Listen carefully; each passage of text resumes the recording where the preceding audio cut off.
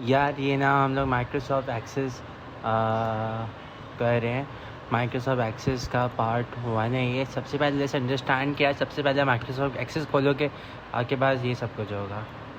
सही है। आप लिखोगे ब्लैंक डेस्कटॉप डाटाबेस में जाओगे, आप यहाँ इसको डाटाबेस में नाम लिखोगे, कुछ भी आप नाम लिख सकते हो। मैंने ऐसे ही रैंडम वर्ड्स टाइप किए हैं, तो आप क्रिएट क्लिक बटन करोगे। उसके बाद जो सर ने हमें सिखाया, तुम जाओगे क्रिएट में, जब आप जाओगे क्रिएट में आप टेबल को क्लिक करोगे। सही है।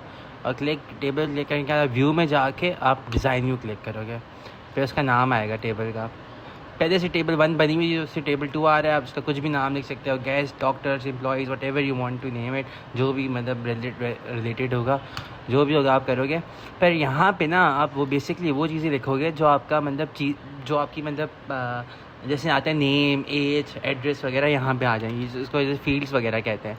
जैसे यहाँ अब पहले उनका आप सिंटेक्स, आप वहाँ पे अब उसका डाटा टाइप चूज़ करोगे। डाटा टाइप चूज़ करना बहुत इंपॉर्टेंट है। जैसे डाटा आईडी की शॉर्ट टेक्स्ट होगा, अगर कोई एड्रेस होगा तो वो भी शॉर्ट टेक्स्ट होगा, एज होगा तो नंबर होगा, एंड कोई ना फ़ोन नंबर होगा तो नंबर होगा, और डेट होगा तो डेट एंड टाइम ही होगा। तो इस तरह से ये आपकी सारी चीज़ें आ जाएंगी। ठीक है। उसके बाद आपका सेकंड स्टेप आता है ना, वो रिलेशनशिप्स पे आता है।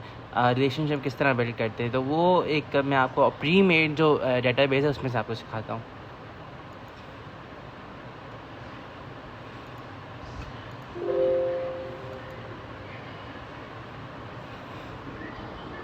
इसके बाद जो आपका सेकंड स्टेप है ना, वो डेटाबेस बनाना है। ये एक रैंडम वो है, क्या कहते हैं, डेटाबेस है, जो हमारी ग्रुप प्रोजेक्ट में यूज़ हुई थी। इसको आप इग्नोर करो, जो बाकी इसकी चीज़ें हैं, बट आप इसको समझो। डेटाबेस में हम रिलेशनशिप्स कैसे बनाते हैं। हम डेटाबेस ऊपर डेटाबेस टूल्स में जाते हो, रिलेशनशिप्स को क्लिक करते हो, ऑलरेडी बने हुए रिलेशनशिप्स, लेकिन हम लोग फिर से बनाते हैं। सही है। ये आपका सेकंड स्टेप है। ओके। जब आपने सब कुछ लिख लिया है कि इसकी फील्ड्स लिख लिए हैं, employee ID, first name, last name, manager ID, department ID, salary ID, years of experience वगैरह सब कुछ लिख लिया है, तो अब ना हम सारे इसके ना रिलेशनशिप बनाते हैं, एक एक करके, लीड करके।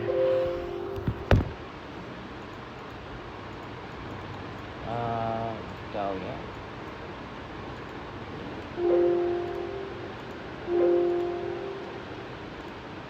अच्छा, जो रिलेशनशिप्स बनाने का जो गोल होता है ना, जो मतलब जो वो होता है, क्या कहते हैं, आपको करना होता है, आपको मेन टेबल में सारी प्राइमरी कीज अटैच मतलब कनेक्ट करनी होती हैं। फॉर एग्जांपल अब हम सैलरी पे हैं, तुम सैलरी आईडी को एम्प्लॉय आईडी की सैलरी आईडी से जाके कनेक्ट कर देंगे, और इन्फोर्स रेफरेंस इंटेग्रिटी को क्लिक कर देंगे।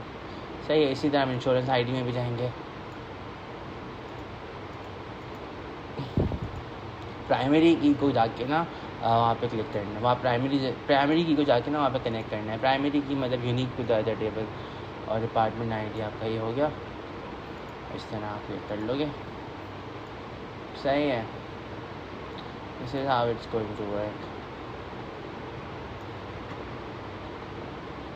ओके। जिसके बाद जो आपका जो थर्ड स्टेप है, that's going to be start recording. अब आपके रिकॉर्डिंग आएगी। थर्ड स्टेप इज रिलेशनशिप्स बन गए आपके। फिर आप सारी टेबल्स में आप जाओगे, क्लोज ऑल करोगे, आप कोई भी टेबल सारी ऐसी बनी होंगी, आप टेबल क्लिक करोगे तो आपके बाद इस तरह से टेबल नज़र आएगी। यहाँ पे जाते हो, डिज़ाइन भी होता है, इसको डबल क्लिक करते हो तो ये टेबल, यहाँ पे डाटा इनपुट करोगे, आप ऊपर आपके फील्ड्स के नाम आ गए। डिज़ाइन व्यू में आपकी फील्ड्स आपको एंटर करनी होती हैं। सही है। तो आपके आप सारी यहाँ पे फील्ड्स कनेक्ट करोगे, लिखोगे वगैरह वगैरह, लेकिन आपको ख़ुद भी लिखने की ज़रूरत नहीं है। एक और तरीका है, जैसे आपको डिपार्टमेंट आईडी में आपको ऑटोमेटिकली मैनेजर की आईडी लिखनी है। सही है। तो आप ऐसे करोगे, डिपार्टमेंट्स में ही डिपार्टमेंट्स खोलोगे, डिपार्टमेंट में आप डिज़ाइन व्यू में जाओगे, उसमें आप मैनेजर आईडी में ऐसे क्लिक करोगे, नीचे जाओगे, जनरल में लुकअप में जाओगे, डिस्प्ले कंट्रोल को कॉम्बो बॉक्स करोगे। पहले ये टेक्स्ट होगा, इसको कॉम्बो बॉक्स, पहले हमेशा टेक्स्ट होता है, इसको पहले कॉम्बो बॉक्स करोगे, और फिर आप इसमें आएगा कि रो सोर्स में आप चूज़ करोगे कि मुझे मैनेजर की रो सोर्स में से करना है, क्या मैनेजर आईडी कर रहे हो, क्योंकि फिर आपकी वो क्या कहते हैं,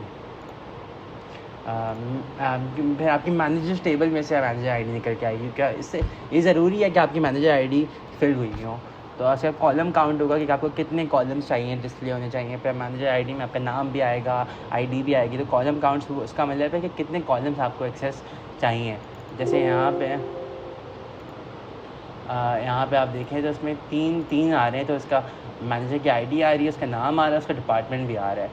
क्योंकि हमने मैनेजर की, जब हम टेबल पे जा रहे हैं तो हमने चीज़ें पहले फिलअप की थी पहले से ही, सही है। और यहाँ पे भी हमने ऐसे किया था, मतलब अपने हर जगह हम ये कर सकते हैं, सही है। ये आपका थर्ड स्टेप हो जाएगा। Okay, this is how you do it. उसके बाद आपको बस इसमें क्रिएट फॉर्म्स करने हैं। आप किसी भी टेबल में, जैसे मैनेजर की टेबल में गए हो, फॉर एग्जांपल अगर मैं ये मैनेजर का फॉर्म लीड कर रहा हूँ, वैसे दोनों बन सकते हैं, नहीं टेंशन की बात नहीं है। आप क्रिएट में जाओगे, आपने मैनेजर की टेबल खोली, आप क्रिएट में गए और आप फॉर्म्स पर क्लिक किया, आपने फॉर्म बन जाएगा। इसमें आप डाटा एंटर भी कर सकते हो, आप डाटा एक्सेस भी कर सकते हो, सही है। This is how you do it.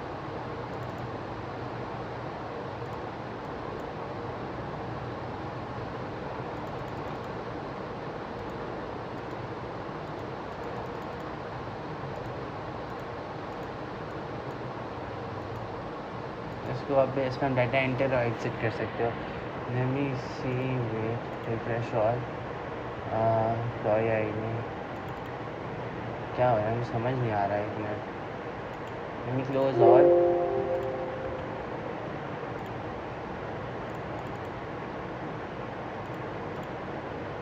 ये दो क्यों आ रहे हैं इसे?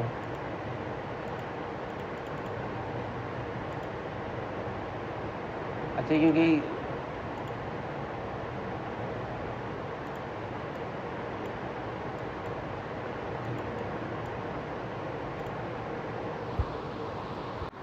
हाँ जी, वो मेरी तरफ से एक प्रॉब्लम था, खैर मैंने उसको सॉल्व कर लिया। जैसे आप एम्प्लॉइज़ के फॉर्म में गए हो, फॉर एग्जांपल डाटा एंटर नहीं हो रहा, तो आप एम्प्लॉइज़ के बस पे जाओगे, यहाँ पे आप राइट क्लिक करोगे और फॉर्म व्यू करोगे, तो आप डाटा भी एंटर कर पाओगे और सारे जो बाकी रिकॉर्ड्स हैं वो भी देख पाओगे। सही हो गया आपका। इस तरह से आप कर सकते हो। वेरी इंपॉर्टेंट टू नो कि कब किसको सेलेक्ट करने के। अब राइट, मैं इसको क्लिक कर रहा था पहले, अब इसको आगे नहीं हो रहा था तो मैं पैनिक कर रहा था। इसको यहाँ से पीछे करना है। ठीक हो गया आपका ये।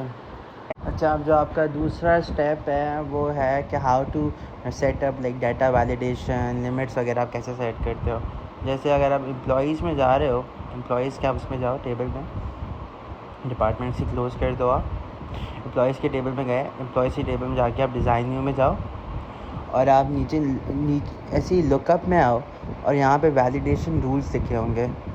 वैलिडेशन रूल्स में आप जाओ, गो इनटू ऑपरेटर्स, और यहाँ पे एक एम्प्लॉय आईडी का तो कोई रूल नहीं है। यहाँ पे मैंने एज का एक रूल सेट किया था, that age cannot be 0, a should be more than 0। और वैलिडेशन टैक्सेस, आप जाओगे यहाँ डैश में जाओगे, आप ऑपरेटर्स में क्लिक करोगे, यहाँ पे आप इक्वल्स टू जो भी लिखना है आपको, ऐसे कि जो भी आपको करना है आप लिखोगे। ऐसे मैंने लिखा था ग्रेटर देन 0 होनी चाहिए एज, सही है। तो इस तरह मैंने किया था। और अगर आप 0 से ज़्यादा पुट कर रहे थे तो एक आपके पास पॉपअप टेक्स्ट आ रहा था, age should be more than 0, और आप यहाँ वैलिडेशन टेक्स्ट में कोई भी अपना पॉपअप टेक्स्ट डाल सकते हो। सही, आपकी डाटा वैलिडेशन हो गई आपकी।